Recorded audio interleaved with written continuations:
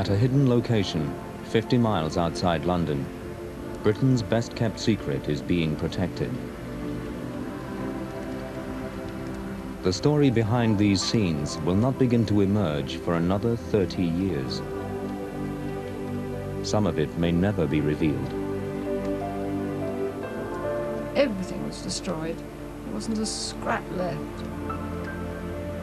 Churchill had ordered it, so we thought that must be right.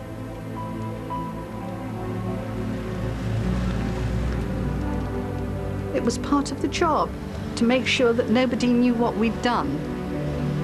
There'd be no trace. We did really keep this secret for the good of the country. There was an element of mystery. You couldn't say anything about it at all. This is the first time I've talked about Bletchley since I was there.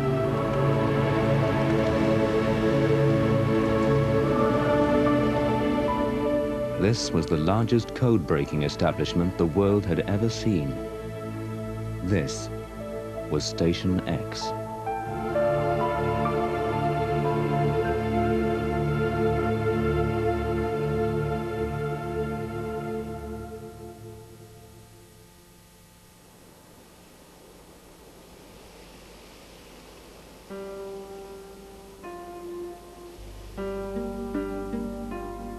Here was once a hidden city of 10,000 people. Here, the enemy's most secret codes were broken. In hastily constructed huts, many of Britain's best and brightest worked round the clock to decode the secret messages of the German war machine. The world's first programmable computer was created here specifically to break German codes, but no one ever knew.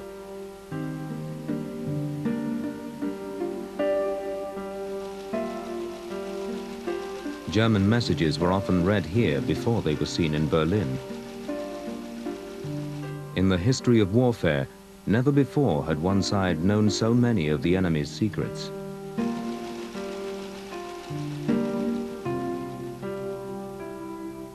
It revolutionized the way wars were fought. Its legacy still has impact on our lives. This is the story of Station X. When I first went there, I was just so amazed. I hadn't the faintest idea what I was doing. I had no idea that anybody did anything like this at all in a war. I thought you just blast it off, and eventually more people died on their side than on ours, and that was it. But in effect, you got to Bletchley, and they began to tell you what it's all about, and I was absolutely amazed.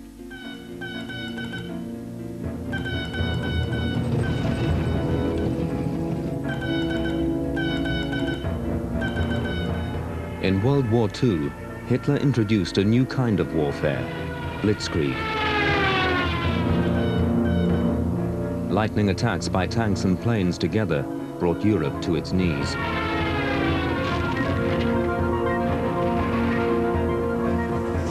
Speed was everything, and speed of attack meant speed of communication. The Second World War became the wireless war. Every day, the skies were full of radio signals.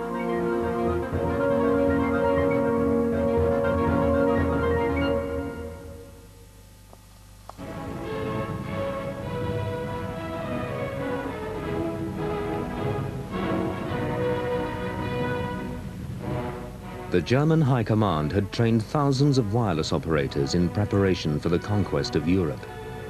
The operator's job was to be able to interpret the staccato tones of Morse code in any conditions.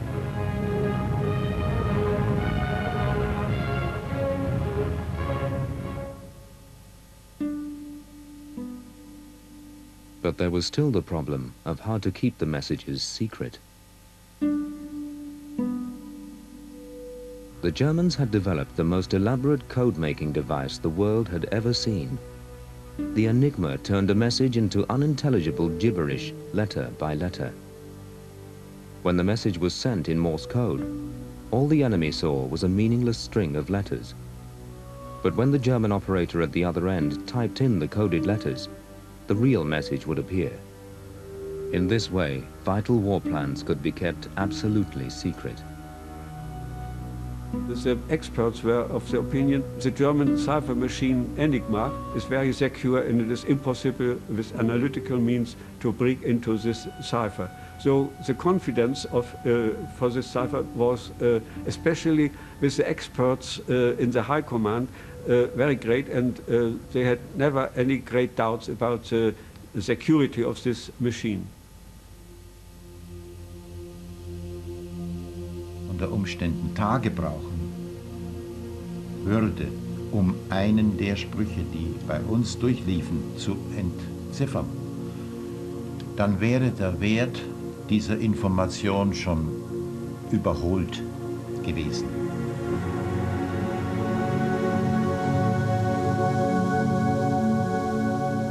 This is the machine the German High Command believed would protect their secrets. This is the Enigma. The complexity is enormous.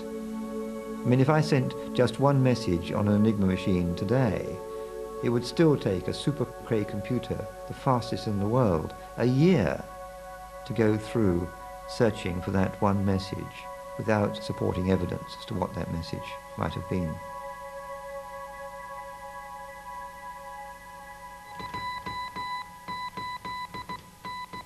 The British had no answer to the Enigma. As war moved closer, the airwaves were full of coded German messages, messages that could be intercepted, but not read. Room 40, deep inside the Admiralty, had been famous for its code-breaking successes in the First World War, but now the cupboard was bare. If war came, Britain would have to take on the challenge of the Enigma. In 1938, the British Secret Service bought Bletchley Park, an ungainly mansion 50 miles north of London, outside the village of Milton Keynes. A wireless receiver was installed to pick up German messages. Its call sign was Station X, and that became the unit's new name. A small group of code breakers went to the new location to try it out. The first party came to Bletchley Park in early 1938, and this was known as Captain Ridley's hunting party. And that was the cover story for it. And so this was the group of people who came down with their chefs and their butlers and the supporting staff, and had a right old time proving that Bletchley Park was eminently suitable for this code-breaking place. It was beautiful, lovely, rose gardens, mazes, lovely old building, wonderful food. My mother didn't know where I was reasonably young. She had to sort of trust her. I don't know what she trusted to, but I told her these people were very respectable. Must have worked all right because we came back and everybody was satisfied with how it had gone. We went back to work, not knowing if war was going to come or not, but if so, we figured we'd be back. And we were.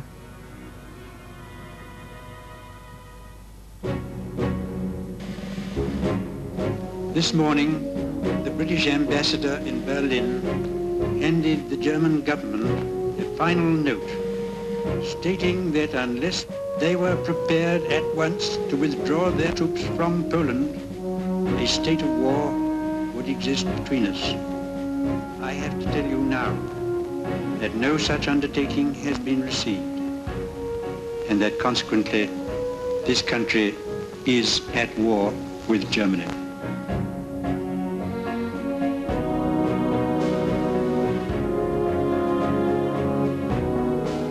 A new breed of code breakers would be required to unravel the mysteries of the Enigma.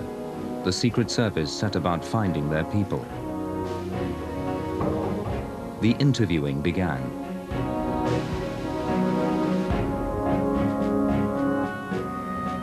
I was interviewed by the head of the military section, who was a funny bloke. His German was very rough and ready. All he really knew was the swear words, rude words, and names of ladies' underclothes. Code breaking was a somewhat esoteric profession, but it wasn't clear exactly who would make a good code breaker.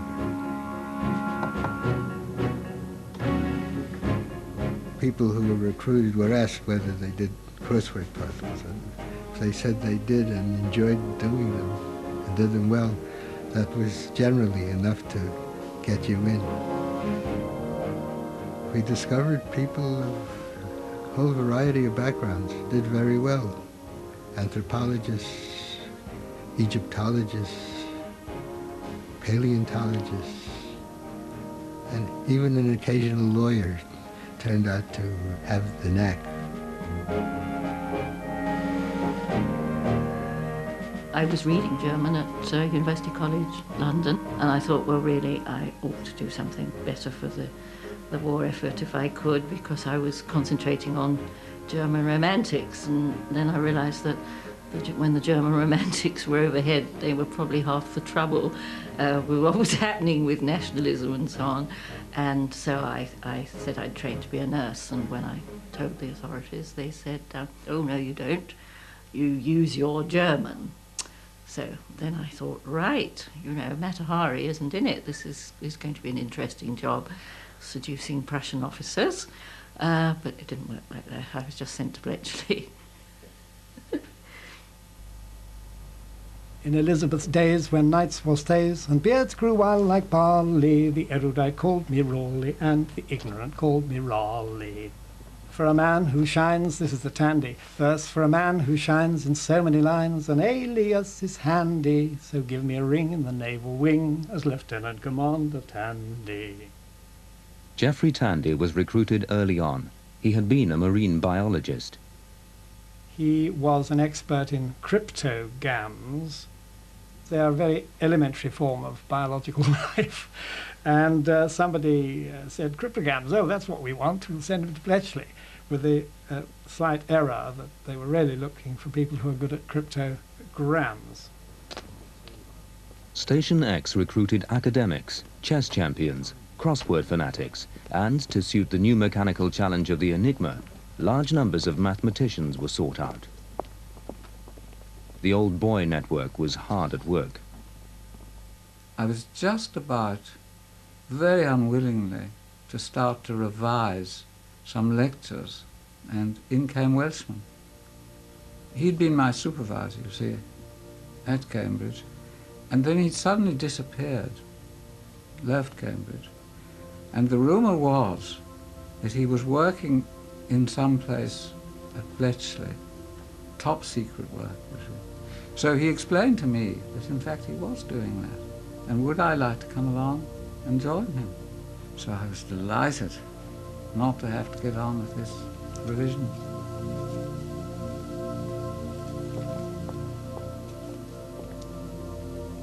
These young men and women were some of the most brilliant minds of their time, and along with their new talents, they brought new attitudes.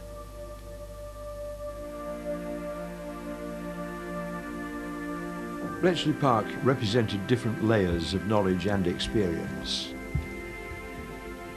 There was certainly some sense of a bit of a generation gap there. A gap between people, some of whom had just come straight from school, and people who would have been their masters at school, who might even have taught them mathematics. I was young at the time and felt very, very strongly that there were some people there who were not thinking as quickly as we were. It was the arrogance of youth in part, although I try to look at the arrogance of youth with the humility of a historian. Looking back upon it, I think probably we were a little bit more cocky in some of the things that we were doing than we would have been in later phases of our own lives. At that age, you can just take fire and blaze away half out of your mind with enthusiasm and dedication. You're not married, you don't have to worry about the kids and the rent and so forth. And during that sort of short period of your life, you can live like a madman and, you know, take almost no sleep and determined to do it. The people who a few years earlier were regarded as too young and not knowing anything of importance, or not being real people, not being significant grown-up people, suddenly they were the people who held the keys to the Reich.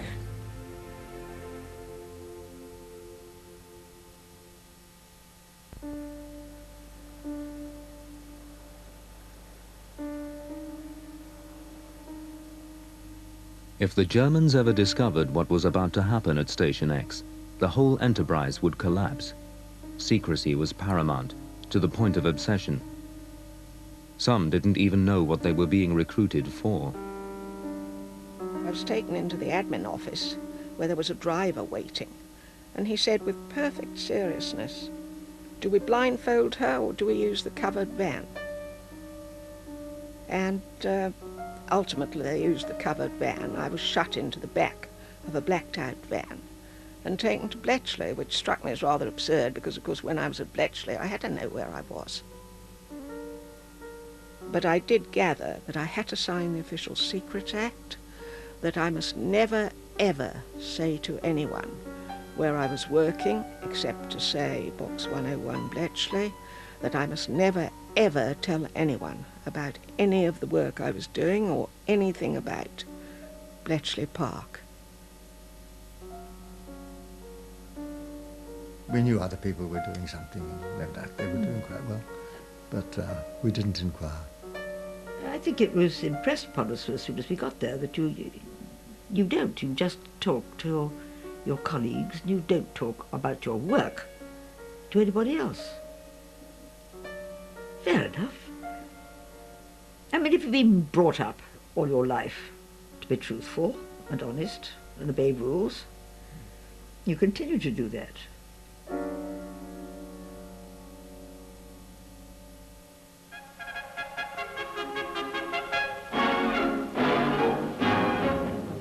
I think that I shall never see a sight so curious as BP. This place called up at war's behest and peopled by the strangely dressed, yet what they do they cannot say, nor ever will till Judgment Day. Oh, at least half of the people there were, I would have thought, outside Bletchley, absolutely mad. They were geniuses. No doubt many of them were extremely clever. But my goodness, they were strange in ordinary life.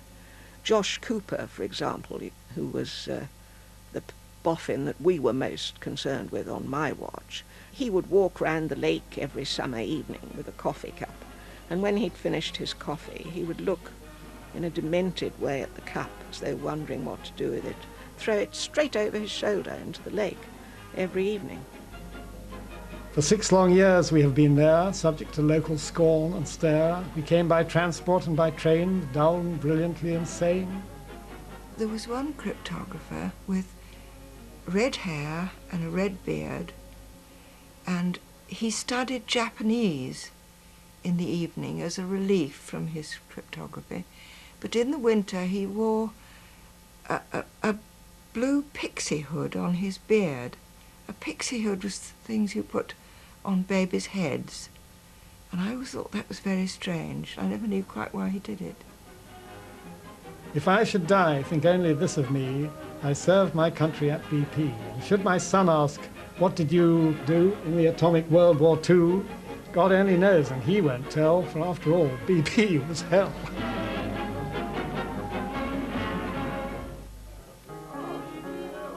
These are the men and women who broke the secret of the Enigma.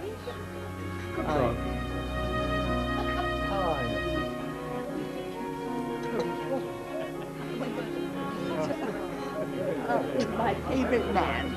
Oh. Did you know that Bill Nice to see you. so time. My memory of words is good. Yes, I know a lot of words. Yes. Not for names, perhaps. Not names of yes. For all these dreadful people. Oh, sorry. You Peter Twin. Today they can talk about what they did there openly, many for the first time. Jesus, I thought I couldn't. My brother was Lion's individual pies, morning, noon and night. One of the biographers had the audacity to say, did he ever go to bed with any of his young ladies? So I said, now, come off it, young man. You're talking about a different age.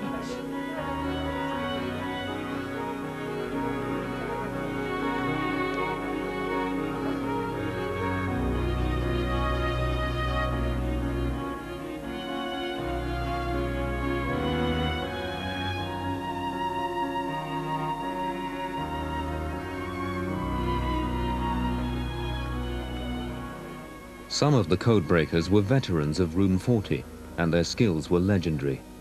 Dilly Knox was one of them. I think that must have been where Dilly was. Yeah. And there was Dilly was brilliant, absolutely brilliant. He wasn't a mathematician. He was a Greek scholar. He was had read papyri and so on, an Egyptologist. And then he smoked his pipe. Yes. And a great ring. Well, you say smoked his pipe. He had it in his mouth. That's right. And then sometimes he put a sandwich in it, like a steak. Yeah. But I'm interested to see that the clock over there hasn't changed the time since I was here. It's said that for 56 years. The sort of thing he would say to you is, which way does a clock go round?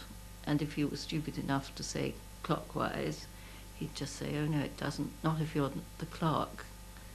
Of course, it's the opposite way, and that's sometimes how you had to think about the machines that you were doing, not just to look at them, how you saw them, but of course what was going on inside.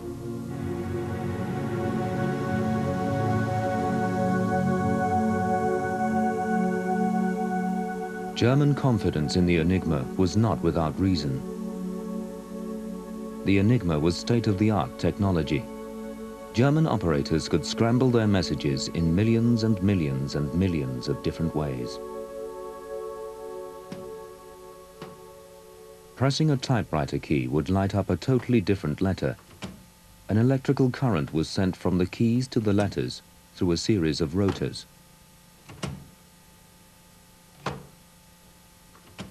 Each time a key was pressed, a rotor would turn, changing the wiring, and so changing the letter that was produced.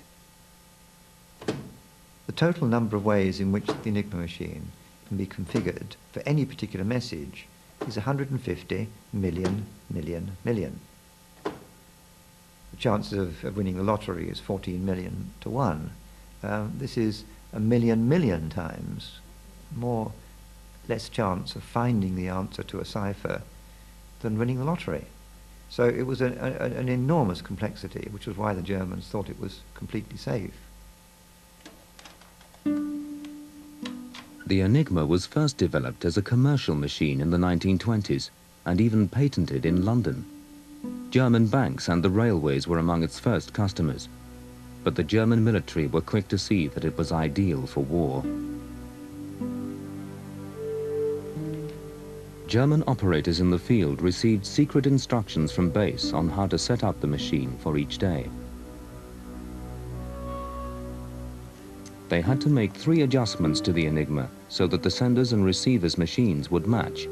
First, which rotors to put into the machine and in what order. The rotors contained one of the central secrets of the Enigma machine, which was the cross-wiring inside the wheels. The whole of this maze of wiring inside changed every time a letter was entered, and that's what gave the Enigma machine its vast complexity.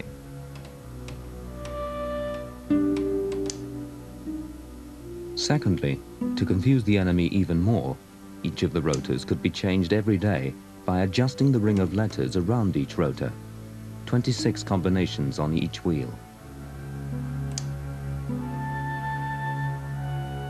The third step was the plug board. Using his secret instructions for the day, the operator could plug up each typewriter key to a totally different letter. This is what the Germans thought was the killer cryptographically. This plug board enabled you to transpose letters completely, a pair of letters. Now, because there are 26 sockets on the front of the Enigma machine, you can plug these pairs of letters together in an absolutely astronomical number of combinations. About 1.5 million combinations that you can use on the front. Once the machine was set up, the message was encoded letter by letter. These coded letters were then sent by Morse to the receiver at the other end. The Germans believed that with the Enigma, they had a foolproof system.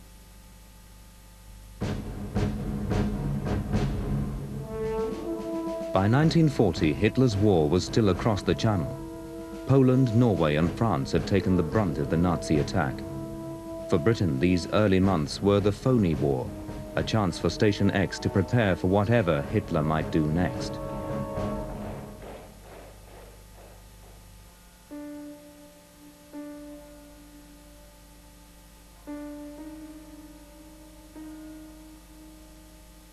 Station X had never seen an Enigma. All they had were groups of 5-letter code and endless patience. And in these first months, the new recruits were getting nowhere. At the beginning of the war, there was a great difficulty because although we had intercepts which we knew were enciphered using the Enigma machine, we didn't know enough detail about the machine to be able to even begin to find any method of breaking it.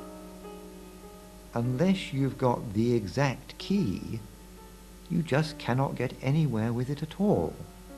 And this is a major difference from any code systems prior to that the Enigma machine, there's no sense of nearness. You're not nearly at a solution. You've either got the solution or you haven't got the solution.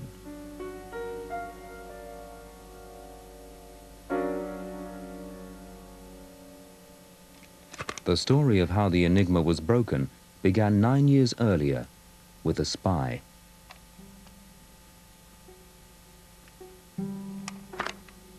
In 1931, a German army clerk, Hans Thilo Schmidt, saw an easy way to make money and sold stolen documents to the French Secret Service.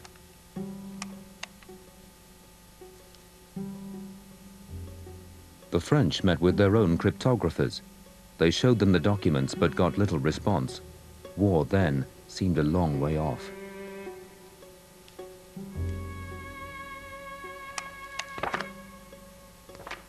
Next, the Enigma material went to the British.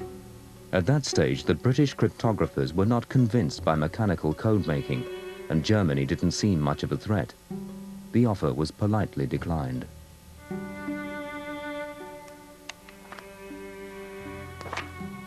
Finally, the stolen documents went to the Poles. With Germany breathing down their necks, the response from them was very different. As soon as the Poles saw what was on offer, a deal was struck. With the stolen documents, 3 brilliant young Polish mathematicians, Zygalski, Rudziecki, and Rajewski, set to work on the Enigma. The Poles soon realized that they had to find out how the Germans had wired the Enigma's keyboard to the first rotor. The number of possible wiring orders was astronomical, as any typewriter key could be wired to any letter on the rotor. But if the Poles could work this out, they would be a long way towards breaking the Enigma. Rajewski had a flash of inspiration, and he thought, what about if they'd been stupid enough to just use ABCD as the order round the rotor? And they had. All the multitude of millions and millions of ways in which they could have scrambled the connection from the keyboard to the entry point, and they'd just chosen A, B, C, D.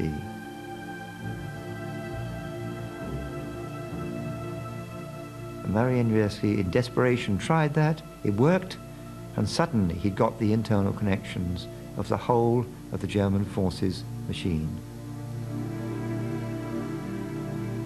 But then, on the eve of the invasion of Poland, the Germans introduced even more complications to the Enigma, and the Poles could no longer read any of the messages. They needed help. Out of desperation, they invited the British to a secret meeting deep inside a forest near Warsaw. They revealed how they had managed to break the Enigma. The British were astonished. And Diddy Knox, he was one of the members of the team that went there. And the first thing he asked Rajewski was, what is this mapping from the keyboard to the entry rotor? And Rajewski said, ABCD. And Diddy Knox went, oh God, we never thought of that. It's too obvious. Why didn't we think of that?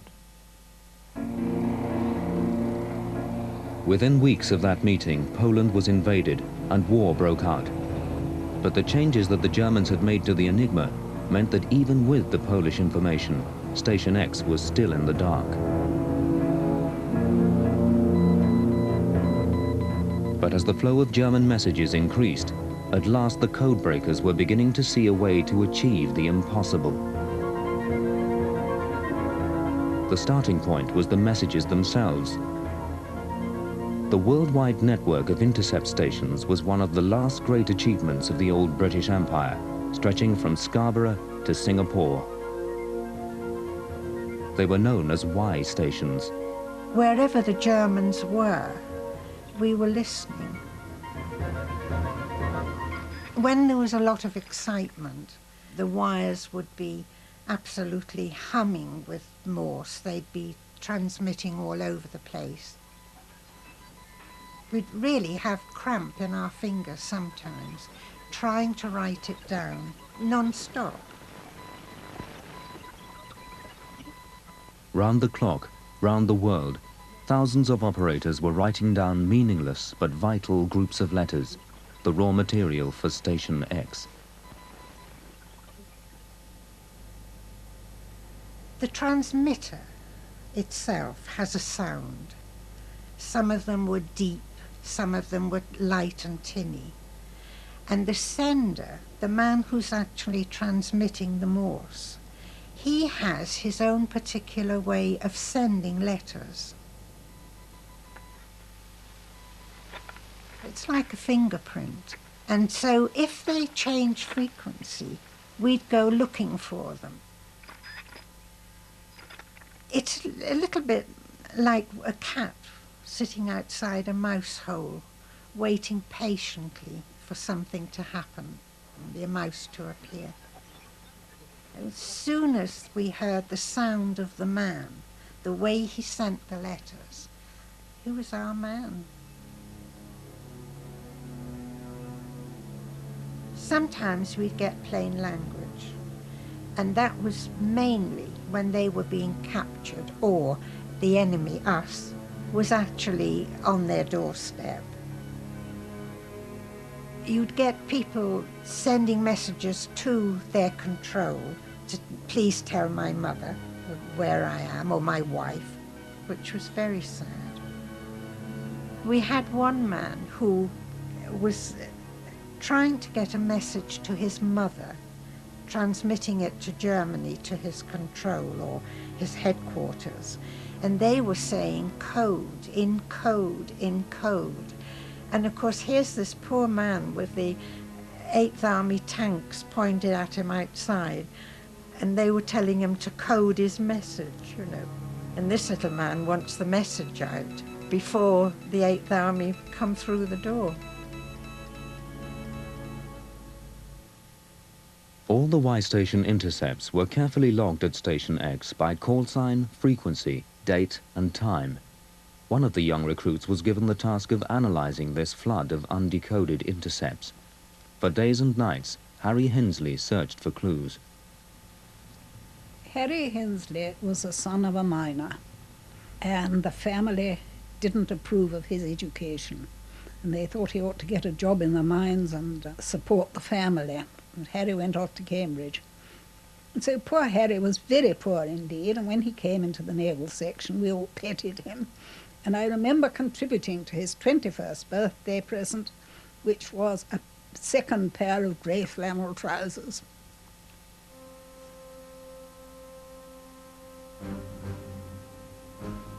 Hensley began to see patterns in the intercepts.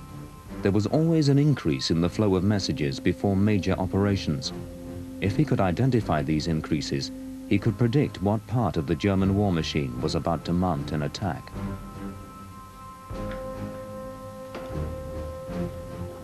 Each day, Hensley would report his findings to the Admiralty, and each day they would ignore him. In 1940, the top brass had little time for intelligence, or 21-year-olds. Traditionally, armies and navies around the world have not had great respect for intelligence officers. Field Marshal Haig is reported to have said, you know, that an intelligence officer is something that you sort of do in your spare time if you can't groom horses and do a variety of other things with the cavalry. I'm not quoting the Field Marshal verbatim, but he had a low opinion of intelligence.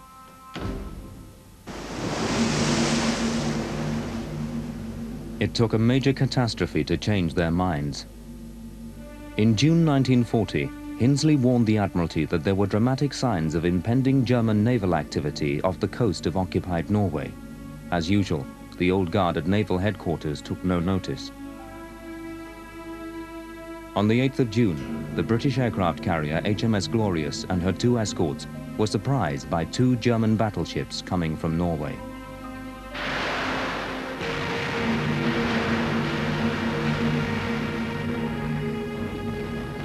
In the battle that followed, all 3 British ships were sunk. 1,500 lives were lost. Only 39 British sailors survived. From then on, the name Hinsley attached to any document was given top priority. Station X's credibility was growing.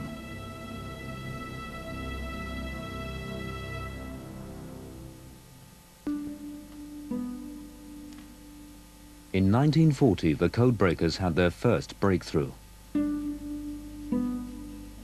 The German operators were making a tiny error in the way they were setting up their machines. It was known as the double indicator. It was to be the Enigma's Achilles heel. The instruction sheets for each day had told the German operator how to set up his Enigma. The rotors and the ring of letters around each rotor were put into their given positions. The sheets then specified how the plug board should be wired up. All Enigmas on a network had to be set up identically for the system to work. But there was more, one extra level of security. If the enemy captured the instruction sheets, they would be able to read all the messages. To prevent this, each and every message had its own secret rotor setting, chosen by the operator himself. To do this, the operator first turned the rotors to 3 letters chosen at random. These would be sent by Morse to the operator at the other end in plain text, so that he could line up his machine similarly. But now the operator had to be able to tell the operator at the receiving end what the actual message settings from which he was going to start enciphering the message. And that had to be conveyed to the operator at the other end, but not revealed to any interceptor. And the way that they chose to do this was to use the Enigma machine itself to conceal this message setting. The operator encodes a second group of 3 letters as the secret message setting itself. And supposing he thought of SWJ. And when he keys in SWJ, the lamps light up ITB.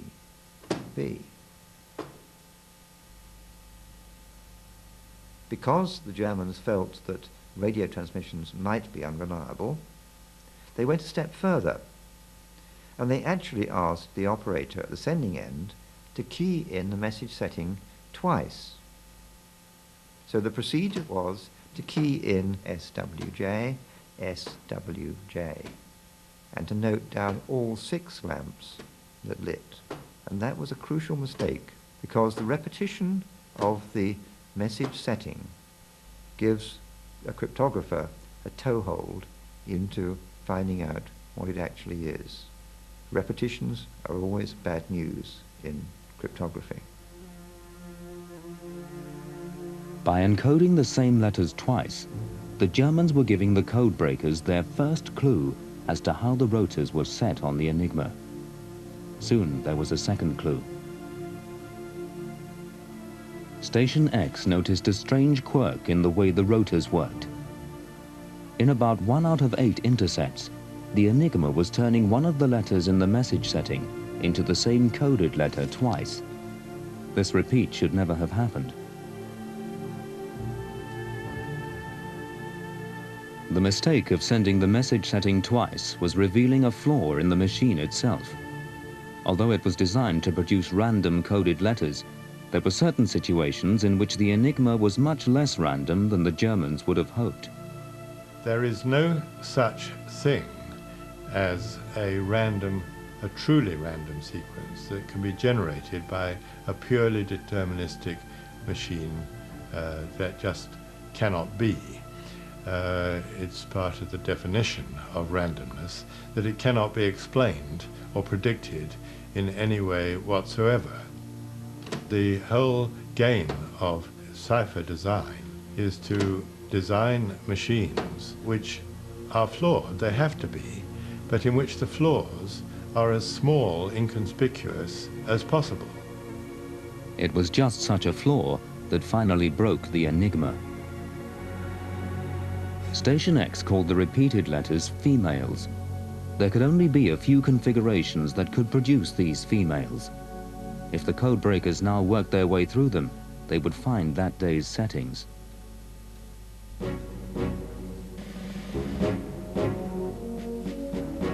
The code breakers produced huge cards known as Jeffreys sheets with holes punched through in an alphabetical grid representing the wheel positions that could produce females. By lining the sheets over each other, Station X could hunt through the wheel positions to find out how the Enigma had been set up for that day.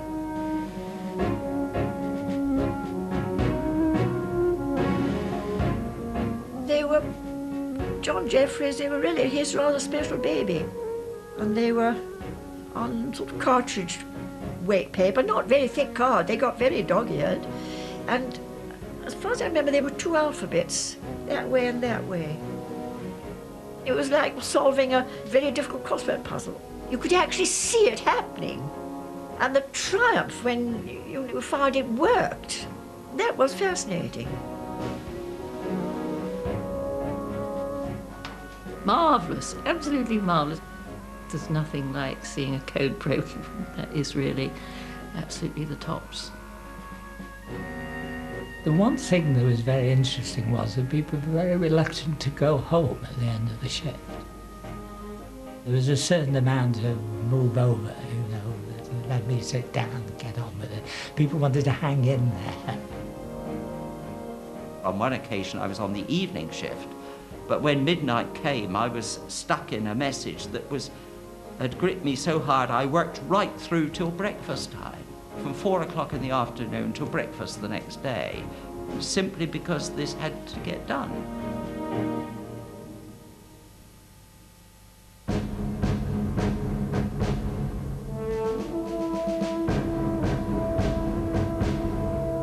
In the spring of 1941, the naval war was building up in the Mediterranean. Hitler had joined forces with the Italian fascist Mussolini. Both dictators were dreaming of new world empires.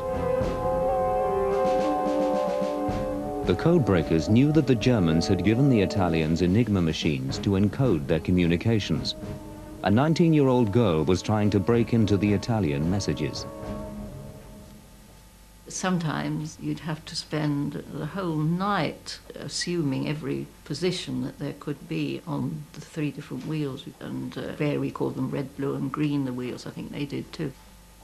So that you would have to work at it very, very hard, and it was that, I think, that made one pink-eyed, and one, after you'd done it for a few hours, you wondered, you know, whether you'd ever see anything when it was before your eyes, because you were so snarled up in it all.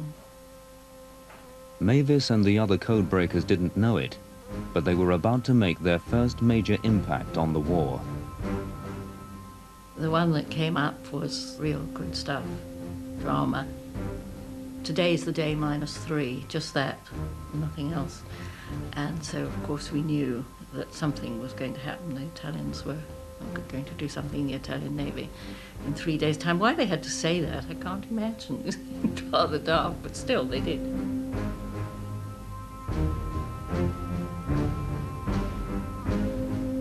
The British fleet was based in the Egyptian port of Alexandria under the command of Admiral Andrew Cunningham. A message about to arrive at Station X was going to make him and Mavis heroes.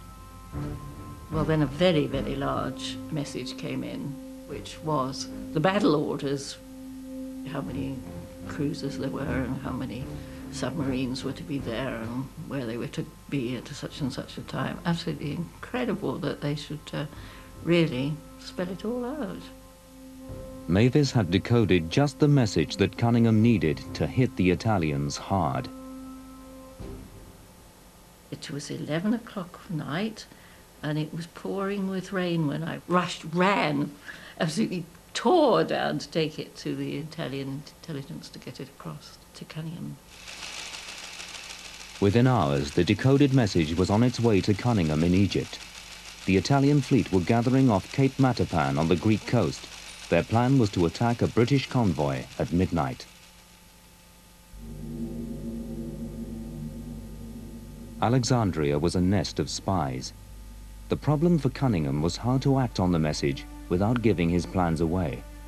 If he led the fleet out to sea, the Italians would know immediately. Cunningham embarked on an elaborate ruse to fool the spies. He wanted his enemies to believe that all was quiet. He did a real Drake on them, and, well, more than Drake, because he played golf and pretended he was, just going to have a, weekend off. Admiral Cunningham was a crafty fellow, and by subterfuge he was able to lead the enemy to think he was socially engaged doing something else.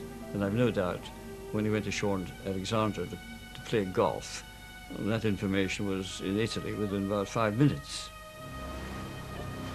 But at night, Cunningham slipped back on board and led the British fleet out to sea, to the precise spot where the Italians were gathered. The ruse worked. Cunningham caught the Italians completely off guard.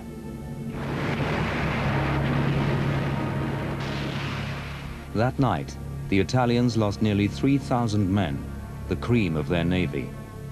It was the first major victory for Station X in the war, and the young codebreakers were delighted. The Navy does it again. Here is the British Mediterranean fleet, preparing for what proved to be the greatest naval engagement so far fought in this war. The Battle of Matapan is one more proof that Britain is the unchallenged ruler of the Mediterranean waves. After the Battle of Matapan, the Navy were the heroes. Station X was, of course, never mentioned, but they had their own reward. Then Cunningham himself came. It was the first thing he wanted to do when he came was to see the actual message that had been broken. And he was very nice, and we had a drink, and we were in this little cottage, and the walls had just been whitewashed. Now this will show you how sort of silly and young and giggly we were, but we thought it would be jolly nice if we could talk to Admiral Cunningham and to get him to lean against the wet whitewash and go away with a white stern. So that's what we did. So it's rather terrible, isn't it? That on the one hand, everything seems to be so very organised, and these silly young things are wanting to snare the Admiral.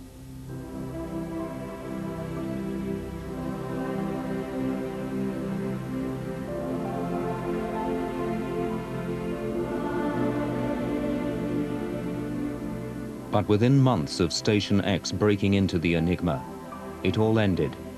They were locked out. And then disaster struck. The Germans issued a decree, no more double enciphering of the message setting, just single enciphering. And we don't know why they did that. They didn't believe Enigma was being broken or anything like that. But catastrophe. Suddenly, the Jeffrey sheets didn't work, and so suddenly, darkness fell.